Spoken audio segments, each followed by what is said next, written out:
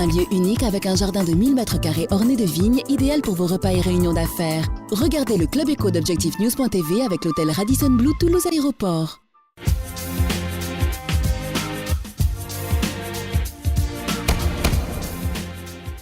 Bonsoir, bienvenue dans le Club Éco d'ObjectiveNews.tv. Nous recevons ce soir Christian Lassène, le directeur régional d'Air France. Christian Lassène, bonsoir. Bonsoir. Cela fait presque une semaine que la situation a été rétablie après ce nuage de cendres qui a paralysé toute l'Europe. Comment vous avez vécu cette situation-là en tant que directeur régional d'une plateforme qui a été largement mise à contribution pour rétablir la situation ? Alors je l'ai vécu vraiment en direct puisque j'ai installé mes quartiers dans l'escale de Blagnac et j'ai pu effectivement constater la réactivité de nos équipes puisque vous savez que Toulouse a été pendant une journée le hub d'Air France puisque beaucoup de longs courriers se sont posés et il a fallu évidemment avoir toute la logistique qui va bien pour pouvoir transformer une escale court courrier en long courrier. Mais au-delà de ça, surtout, c'est de prendre en charge nos passagers, nos clients qui ont dû affronter une situation, je dirais, inédite et donc par là même forcément une situation délicate. Alors comme vous le précisez, Toulouse a été ce hub pour Air France le temps d'un jour où on a vu des avions atterrir depuis New York, l'A380 depuis Johannesburg ou encore des avions des Antilles. Est-ce qu'il est encore trop tôt, Christian Lassène, de tirer un bilan sur les conséquences pour la compagnie Air France de ce désagrément, en tous les cas, et qui est quand même assez préjudiciable pour l'ensemble des acteurs du tourisme, mais aussi, bien entendu, des compagnies aériennes? Oui, vous avez raison de le souligner, hein, c'est l'ensemble de la chaîne qui a été touchée, les agences de voyage, les tours opérateurs, les compagnies aériennes. Donc, effectivement, aujourd'hui, c'est trop tôt. Il faudra prendre du recul une fois que l'émotion bien légitime se sera un peu posée et qu'on prenne derrière les retours d'expérience que ce genre de situation nécessite d'analyser finement. Alors Christian Lassène, le 31 mars, ça correspond toujours à la clôture des comptes pour la compagnie Air France KLM, l'occasion de tirer les bilans sur une année pas simple. Clairement, vous avez subi tous les aspects de cette crise économique 2009 avec peut-être quelques frémissements de reprise sur ce début 2010. Comment Midi-Pyrénées a résisté dans ce contexte international? Alors, Midi-Pyrénées, c'est définitivement la région qui a la mieux résisté. Alors, une fois qu'on a dit ça, l'important, c'est de savoir pourquoi. Alors, moi, je pense que j'ai deux explications. C'est un, le dynamisme du tissu économique de la région. Et j'en veux pour preuve tous les rassemblements qui existent pour l'innovation, pour cette culture d'entreprise qu'on sent aujourd'hui extrêmement forte. Et la deuxième explication, je dirais, c'est la capacité de fidélisation qu'on a ici au niveau de toutes les équipes d'Air France, mais au-delà aussi des agences de voyage, enfin tous nos partenaires, l'aéroport de Toulouse-Blagnac, qui fait que, je crois, on a pu effectivement résister de belle manière. Les comptes, on peut en dire quelques mots, ils seront communiqués, publiés. Quel sera finalement le mot de conclusion de cet exercice, qui est peut-être un exercice à oublier le plus rapidement possible pour se tourner vers le futur? Alors les comptes, je laisserai le directeur général d'Air France, Pierre-Henri Gourjon, vous en dire un mot. Certainement pas oublié parce que l'intérêt, effectivement, quelle que soit la dureté d'une crise, c'est d'en tirer les enseignements. Donc je pense qu'au contraire, ça nous aura appris beaucoup en matière de réactivité et notamment à positionner aussi peut-être une nouvelle offre compte tenu de l'évolution des comportements qu'on peut noter aujourd'hui dans la société française et au-delà, la société internationale. Alors cette année 2009 qui a été aussi l'objet en effet de beaucoup de discussions, de tractations entre les compagnies aériennes, et on voit aujourd'hui une frénésie d'alliances se concrétiser, d'autres qui sont peut-être en cours. Alors bien sûr, on a assisté à la fusion entre British Airways et Iberia, des discussions actuellement entre United Airlines et Continental Airlines. Comment vous expliquez cette frénésie? Est-ce que véritablement c'est aujourd'hui le meilleur bouclier pour faire face au développement des compagnies low cost? Alors, vous savez qu'Air France KLM, on a ouvert la route, bien avant toutes ces nouvelles alliances annoncées, parce que effectivement, dans le transport aérien, il y avait une fragmentation qui était trop forte.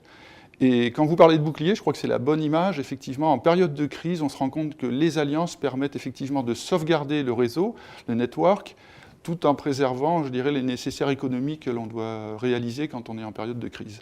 Donc pour moi, c'est une nécessité, mais aujourd'hui, on y va de manière plus offensive, puisque vous avez vu, en Chine, aujourd'hui, on a un nouveau partenaire qui vient renforcer SkyTeam. Et donc, je souhaite aux autres alliances bonne chance, mais c'est vrai que concernant SkyTeam, je pense que la compagnie aujourd'hui a fait un grand pas décisif avec aussi Vietnam Airlines qui a rejoint l'alliance.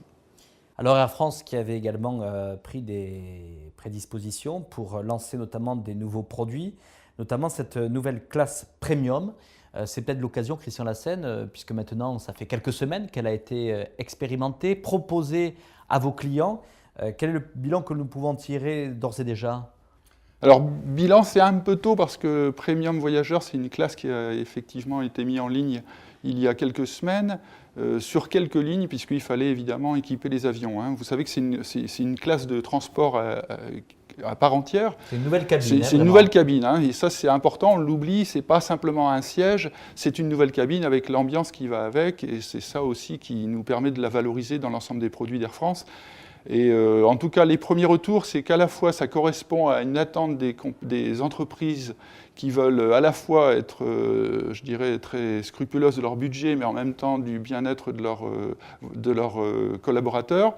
Et d'autre part, une clientèle loisir qui se dit que finalement, pour la différence de prix, ça vaut le coup effectivement de voyager dans ces conditions-là. Et à la somme des deux segments de clientèle, je pense qu'on a un bel avenir. Et on va multiplier ces derniers temps, d'ailleurs, les destinations sur lesquelles on va proposer ce produit. En tout cas, vraiment, cette offre, c'était vraiment pour la positionner entre la classe éco et puis la classe business, avec par exemple un vol Paris-New York à partir de 1038 € TTC. Donc aujourd'hui, on peut dire qu'il y a un vrai marché entre ces deux segments-là. Oui, c'est vrai. Là, c'est tombé à point nommé. Pour être franc, au départ, la conception de cette cabine n'était pas prévue, évidemment, pour faire face à une crise qu'on n'avait pas prévue, hein, soyons honnêtes. Mais elle est tombée à point nommé. Et aujourd'hui, c'est aussi un très bon produit anti-crise. Et d'ailleurs, j'en veux pour preuve dans le renouvellement des contrats que l'on fait avec les entreprises de la région. Puisque là, on a renouvelé l'ensemble des contrats. On a eu un très bon accueil de la part des décideurs. Alors, Christian Lassène, ça, c'est les solutions notamment pour contre-attaquer la crise, notamment sur des longs courriers. Qu'en est-il justement de la contre-attaque, si on peut parler de contre-attaque d'Air France sur le marché domestique ? Alors, sur le marché domestique, pour nous, le marché domestique, c'est, on va dire, l'Europe. Hein. Là, on a lancé depuis peu la contre-offensive avec Neo, hein, c'est-à-dire une nouvelle offre européenne qui correspond beaucoup plus aux attentes des clients. C'est-à-dire on a simplifié l'offre, à savoir qu'il y a une cabine avec, en gros, des tarifs très intéressants, mais moins de flexibilité, et puis devant, des tarifs qui s'adaptent bien aux contraintes des entreprises, donc avec de la souplesse et avec un confort qui est évidemment plus à la hauteur des attentes. Donc cette gamme-là, elle a été mise en œuvre en fait depuis début avril. Je dois dire que les premiers résultats sont très, très, très encourageants. Christian Lassène, on est à l'aube d'un certain nombre de week-ends du mois de mai, qui sont pour beaucoup de Toulousains l'occasion aussi de partir sur un certain nombre de destinations, bien sûr, dont vous apportez l'offre. Je pense notamment à Rome et Genève, un certain nombre de destinations. Aujourd'hui, justement, quelles sont vos espérances en termes de taux de remplissage de ces vols pour les 2-3 prochains mois où au premier rayon de soleil, les Toulousains veulent partir et visiter l'Europe ? Moi, je suis très confiant. Hein. Les engagements tels qu'on peut les lire sur des destinations comme vous les citez, franchement, l'optimisme est de mise.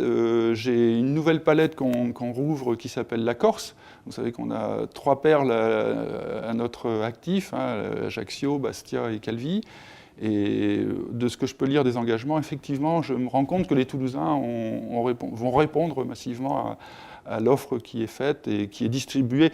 L'intérêt aussi, peut-être de le souligner aujourd'hui, hein, c'est qu'Air France est distribué, je dirais, de manière assez large, voire totalement large, à travers les agences de voyage, à travers son agence en ville, à travers Internet, à travers le comptoir à l'aéroport. Enfin, je pense qu'aujourd'hui aussi, ça se mesure par l'accessibilité que l'on donne à nos clients. Merci Christian Lassène d'avoir répondu à notre invitation. Merci beaucoup à vous. Un lieu unique avec un jardin de 1000 m² orné de vignes, idéal pour vos repas et réunions d'affaires. Regardez le Club Éco d'Objectif News.tv avec l'hôtel Radisson Blu Toulouse Aéroport.